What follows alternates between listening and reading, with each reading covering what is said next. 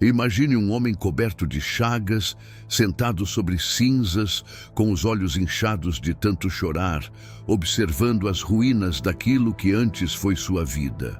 Sua riqueza consumida pelo fogo, seus filhos mortos tragicamente, seus amigos, agora seus acusadores, sua esposa em desespero, implorando para que ele amaldiçoasse a Deus e morresse. Esse homem é Jó, um homem justo, um homem íntegro, mas, acima de tudo, um homem profundamente testado. Você já se perguntou até onde sua fé resistiria se tudo o que você ama lhe fosse arrancado em um piscar de olhos? Até onde você iria se a dor física e emocional se tornasse insuportável e nem o céu parecesse ouvir suas súplicas? Será que você permaneceria firme ou cederia ao desespero? No primeiro minuto de nossa história, você já está diante de um enigma espiritual milenar. Por que sofrem os justos? Porque Deus permite que o mal atinja até mesmo aqueles que seguem seus caminhos com fidelidade. E o mais perturbador, será que há uma razão oculta para o sofrimento que não compreendemos? Jó era um homem próspero da terra de Uz. Sua reputação o precedia. Íntegro, temente a Deus e afastado do mal. Ele possuía vastas riquezas, milhares de ovelhas, camelos, bois, servos e uma grande família. Seus filhos se reuniam frequentemente para banquetes, e Jó, preocupado com sua pureza espiritual, fazia sacrifícios por eles, mesmo sem saber se haviam pecado. Seu zelo era constante, sua comunhão com Deus inabalável. Mas no plano invisível, além dos limites da carne e do tempo, algo acontecia, algo que mudaria tudo. No conselho celestial, onde os filhos de Deus se apresentavam diante do Criador, também se achava Satanás. Sim, o adversário, o acusador. Ele caminhava pela terra, observando os homens. E então Deus, em um gesto que ainda hoje nos intriga, pergunta: observaste meu servo Jó? Homem íntegro, temente a Deus e que se desvia do mal. Mas o que vem a seguir é um desafio sombrio. Satanás não aceita que a fidelidade de Jó seja verdadeira. Acusa-o de servir a Deus apenas por interesse. Afirma que se todos os seus bens fossem tirados, Jó blasfemaria contra o próprio Criador. E assim começa o pacto do sofrimento. Deus permite, o céu silencia e o caos é liberado. Num único dia, as calamidades chegam como uma tempestade sem trégua. Primeiro, os sabeus atacam e roubam seus bois e jumentas, matando seus servos. Em seguida, fogo do céu consome suas ovelhas e mais servos morrem. Depois, os caldeus atacam, levando seus camelos. E por fim, a tragédia que quebra qualquer pai. Uma tempestade derruba a casa onde seus filhos festejavam. E todos morrem. Todos. Qual seria sua reação? Você cairia de joelhos, amaldiçoaria o céu ou questionaria tudo o que acreditou? Mas Jó rasga suas vestes, rapa a cabeça e se prostra no chão. Ele não grita, não blasfema. Ele adora. Ele diz: nu saí do ventre de minha mãe, e nu voltarei para lá. O Senhor deu, o Senhor tomou. Bendito seja o nome do Senhor. Você seria capaz de dizer isso? Essa reação, profundamente humana e divina ao mesmo tempo, marca o início de um mistério que nos força a refletir. Será a fé verdadeira forjada apenas na prosperidade, ou é no sofrimento que ela revela sua essência mais pura? Na escuridão que se abate sobre a vida de Jó, começa também a descida à noite da alma. Sua dor ainda estava longe de acabar. O inimigo, insatisfeito, retorna ao conselho celestial e propõe ir além, tocar na carne de Jó, feri-lo no corpo. E Deus, mais uma vez, permite. Surgem então úlceras purulentas, da planta dos pés ao alto da cabeça. Jó se senta em cinzas e se coça com cacos de cerâmica. Sua esposa, vencida pela angústia, solta um grito que ecoa até hoje.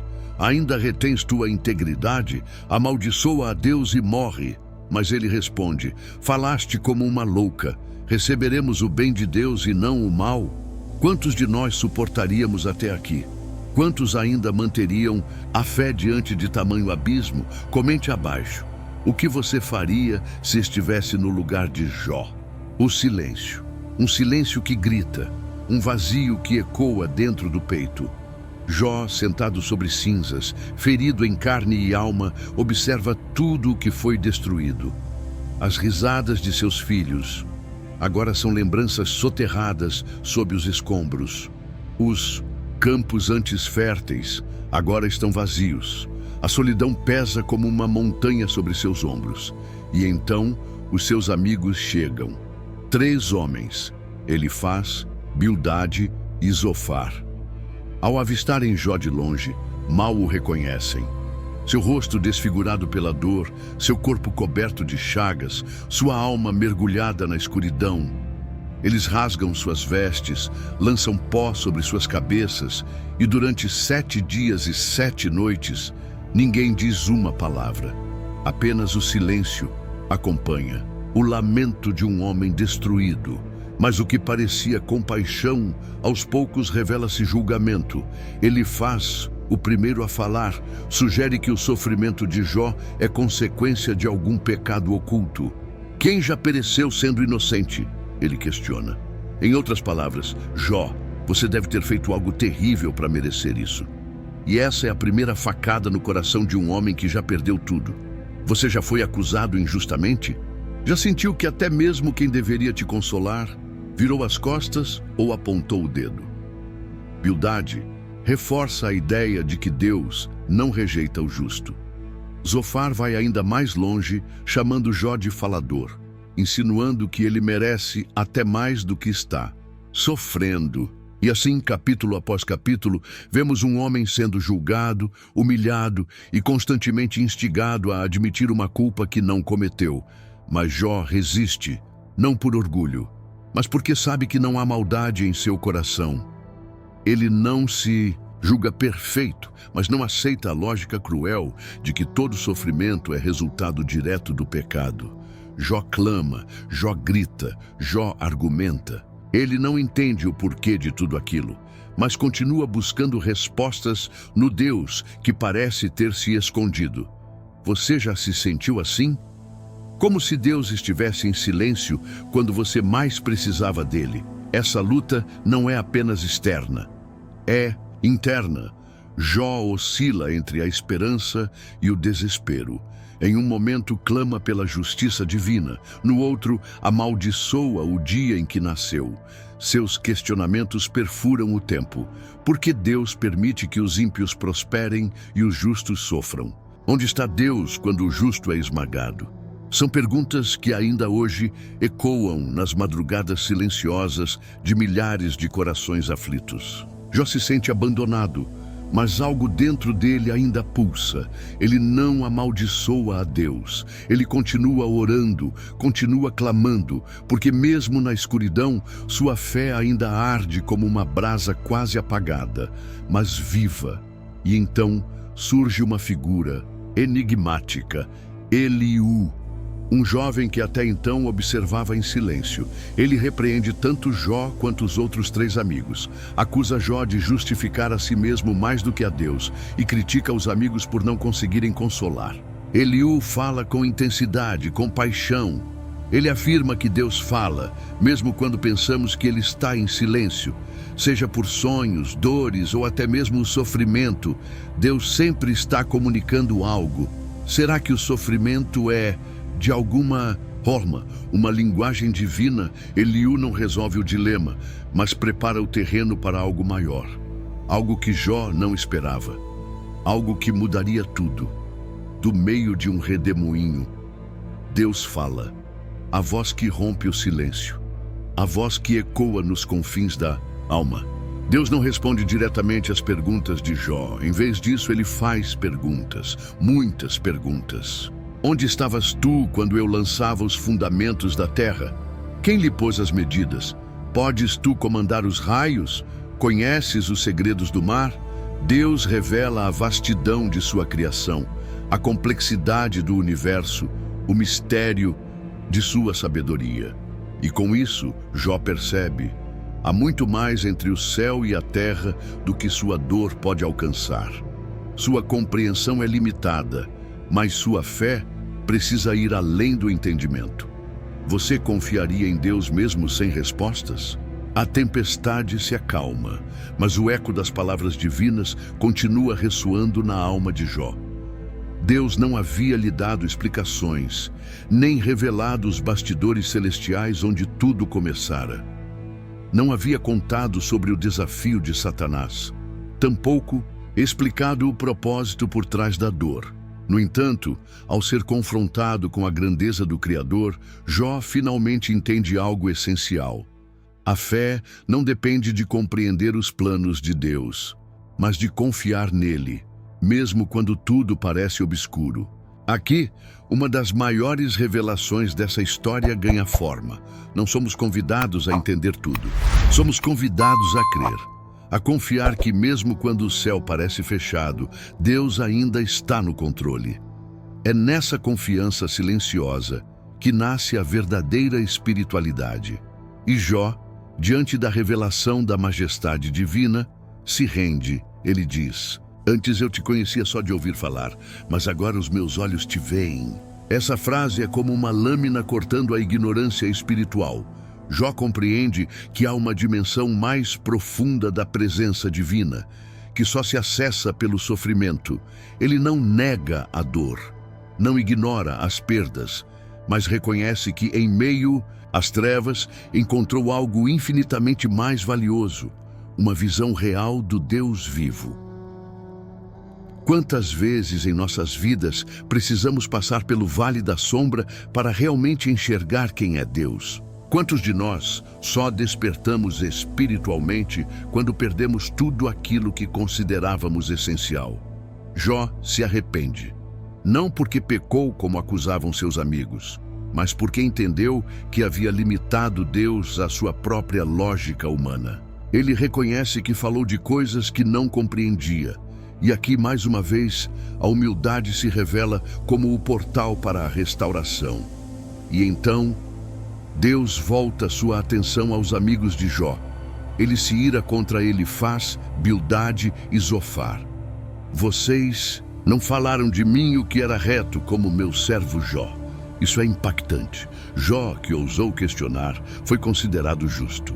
Mas os amigos, que defenderam uma teologia rígida e acusadora, foram reprovados. Quantas vezes nós, com boas intenções, acabamos ferindo quem sofre com palavras vazias, conselhos prontos e julgamentos apressados? A história de Jó nos alerta. Consolar não é apontar erros, mas estar presente. É amar sem exigir explicações. Deus então ordena que os amigos levem sacrifícios e peçam a Jó que ore por eles. E ele ora. Jó intercede por aqueles que o feriram. Mesmo doente, mesmo injustiçado, ele perdoa. Ele se entrega como ponte entre a falha humana e a misericórdia divina. Você teria esse coração? Seria capaz de orar por quem te julgou, te acusou, te abandonou? Esse é um dos momentos mais sublimes do texto. A intercessão de Jó pelos amigos não é apenas um ato de obediência, é um ato de amor. E é nesse instante que tudo começa a mudar. O Senhor vira o cativeiro de Jó. O verbo usado aqui não indica apenas o fim da dor, mas uma reviravolta profunda, uma libertação espiritual, emocional e material. Deus lhe restitui em dobro tudo o que havia perdido: seus bens, sua saúde, sua honra. Jó recebe mais 7 filhos e 3 filhas, as mais belas de toda a terra, segundo o relato bíblico. E de forma incomum para a época, ele lhes dá herança, junto com os irmãos. Isso revela um novo homem, mais sensível, mais justo, mais equilibrado. Você acredita que Deus pode restaurar sua vida de forma ainda mais bela do que antes da dor? Jó vive mais 140 anos após tudo isso. vê seus filhos e netos até a 4ª geração. Mas o que realmente marca sua história não é a riqueza que recuperou, mas o caráter que revelou, a fé que não se dobrou, o espírito que não quebrou, porque no final não é sobre o que perdemos, mas sobre o que nos tornamos. Se essa história tocou seu coração, deixe seu amém nos comentários. A história de Jó não termina apenas com restituição. Ela deixa cicatrizes, e é justamente nessas cicatrizes que reside o verdadeiro milagre. A pele antes coberta de chagas agora se regenera, mas a alma de Jó jamais será a mesma. Ele foi ao limite da existência, ao limiar entre fé e desespero, e voltou com algo que poucos possuem: intimidade real com Deus. Por que Deus permitiu tudo isso? Essa pergunta ainda paira como um espectro sobre cada linha do livro. E a resposta pode não ser confortável. Jó nunca soube da conversa entre Deus e Satanás. Nunca teve acesso ao motivo. Isso é o mais perturbador. Ele passou pelo vale, enfrentou a escuridão e permaneceu fiel, sem nunca entender o porquê. Você teria fé o suficiente para confiar mesmo sem explicações? Esse é o cerne do verdadeiro sofrimento. O silêncio divino. A ausência de respostas. Quando o céu não fala, a alma grita. Mas é nesse grito que Deus nos ouve mais profundamente. Jó, ao final, percebe que a maior dádiva não foi a restauração das posses, mas a revelação do caráter divino. E aqui somos forçados a confrontar nossas próprias expectativas religiosas. Muitos esperam de Deus apenas bênçãos, milagres, recompensas. Mas o livro de Jó nos obriga a perguntar: e se Deus não der? Ainda assim, Ele é digno da nossa adoração? Essa pergunta não é teórica, ela é prática. Ela arde quando o diagnóstico vem, quando a porta se fecha, quando a perda chega, quando o que você mais ama se desfaz diante dos seus olhos. É aí que se descobre se sua fé é dependente de bênçãos ou se ela está ancorada em algo eterno. No sofrimento de Jó, descobrimos que há um tipo de fé que vai além do racional. Uma fé que resiste à lógica, que transcende a dor, que sobrevive ao luto. Essa fé não é ensinada nos púlpitos. Ela é forjada na fornalha da aflição. E esse livro, com sua poesia trágica e seu realismo brutal, se torna um espelho. Ele nos mostra que o justo pode sofrer, que o inocente pode ser esmagado, que a fé pode ser testada até o limite. E, ainda assim, permanecer de pé. Você já passou por um sofrimento que parecia injusto? Já questionou o céu e não teve resposta? Jó também. E mesmo assim, ele não se afastou. Ele não construiu um muro. Ele não se entregou à frieza espiritual. Pelo contrário, ele se lançou no diálogo com Deus, mesmo quando parecia falar ao vento. E foi justamente essa insistência, esse clamor, essa busca desesperada que o levou a encontrar o que muitos jamais encontrarão: Deus, não como conceito, mas como presença. A resposta de Deus não veio em forma de alívio imediato. Veio como revelação, como encontro. E isso nos ensina algo poderoso. Nem todo sofrimento será recompensado com riquezas ou saúde, mas pode nos levar a experimentar algo infinitamente mais precioso: a glória de conhecer a Deus de verdade. Quando Jó diz: "Agora os meus olhos te veem", ele não está falando de uma visão física. Ele fala de uma revelação interior, uma clareza espiritual que só o quebrantamento é capaz de oferecer. E aqui encontramos o ponto de maior beleza em toda essa tragédia. Jó é transformado por dentro. Seu sofrimento não apenas revelou sua fidelidade, ele forjou um novo homem, mais sábio, mais compassivo, mais íntimo do eterno. E essa talvez seja a maior lição para nós, que mesmo sem compreender, mesmo sem ver, mesmo sem respostas, Podemos permanecer, podemos confiar, podemos seguir. Você está disposto a conhecer a Deus, mesmo que o caminho passe pela dor? Comente aqui. Qual foi o momento mais difícil da sua vida? E o que você aprendeu com ele? Ao observarmos a vida de Jó, após toda a tempestade, percebemos algo que vai muito além da simples restauração material. Jó não apenas recuperou o que perdeu, ele se tornou alguém diferente. Sua visão sobre a vida, sobre Deus, sobre o sofrimento, foi totalmente transformada. A dor que o esmagou foi a mesma que moldou algo sagrado dentro dele. A Bíblia diz que as novas filhas de Jó eram as mais belas da terra. Mas por que mencionar a beleza das filhas num livro tão sombrio e denso? Talvez seja porque, após tanto sofrimento, a vida floresceu novamente com uma beleza inesperada. A esperança voltou a nascer, e quando a esperança volta, ela tem o rosto da beleza.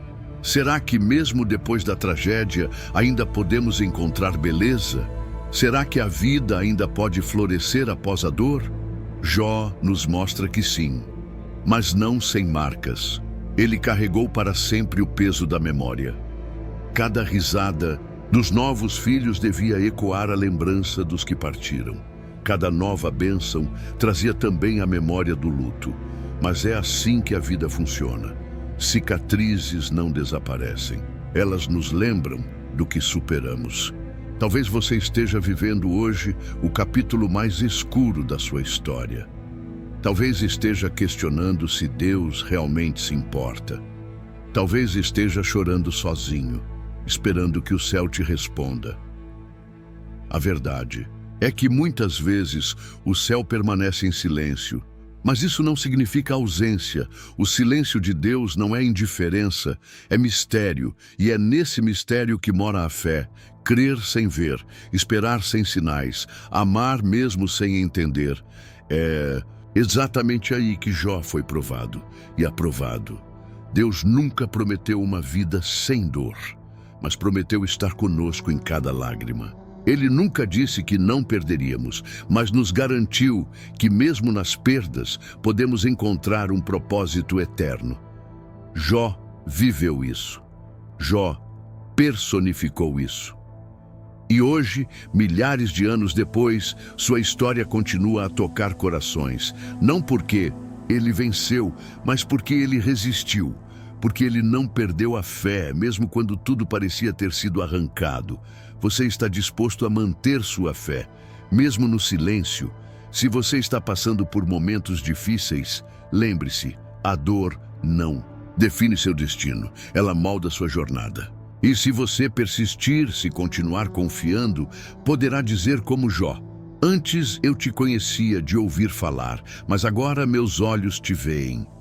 Essa é a promessa, não de riquezas, mas de revelação. Não de ausência de sofrimento, mas de uma presença tão intensa que nenhuma dor poderá apagar. Jó não recebeu uma explicação. Ele recebeu uma experiência, e talvez seja isso que Deus queira com você hoje. Não lute para entender tudo, lute para permanecer, porque aquele que permanece verá a mão de Deus, verá o sentido oculto por trás da lágrima, verá que mesmo nas ruínas, Deus está escrevendo algo eterno. Se essa história tocou seu coração, deixe seu amém nos comentários. Obrigado por assistir esse vídeo. Pedimos que se inscreva em nosso canal e curta esse vídeo. Ative também o sininho das notificações para ser avisado sobre nossas postagens. Até o próximo vídeo.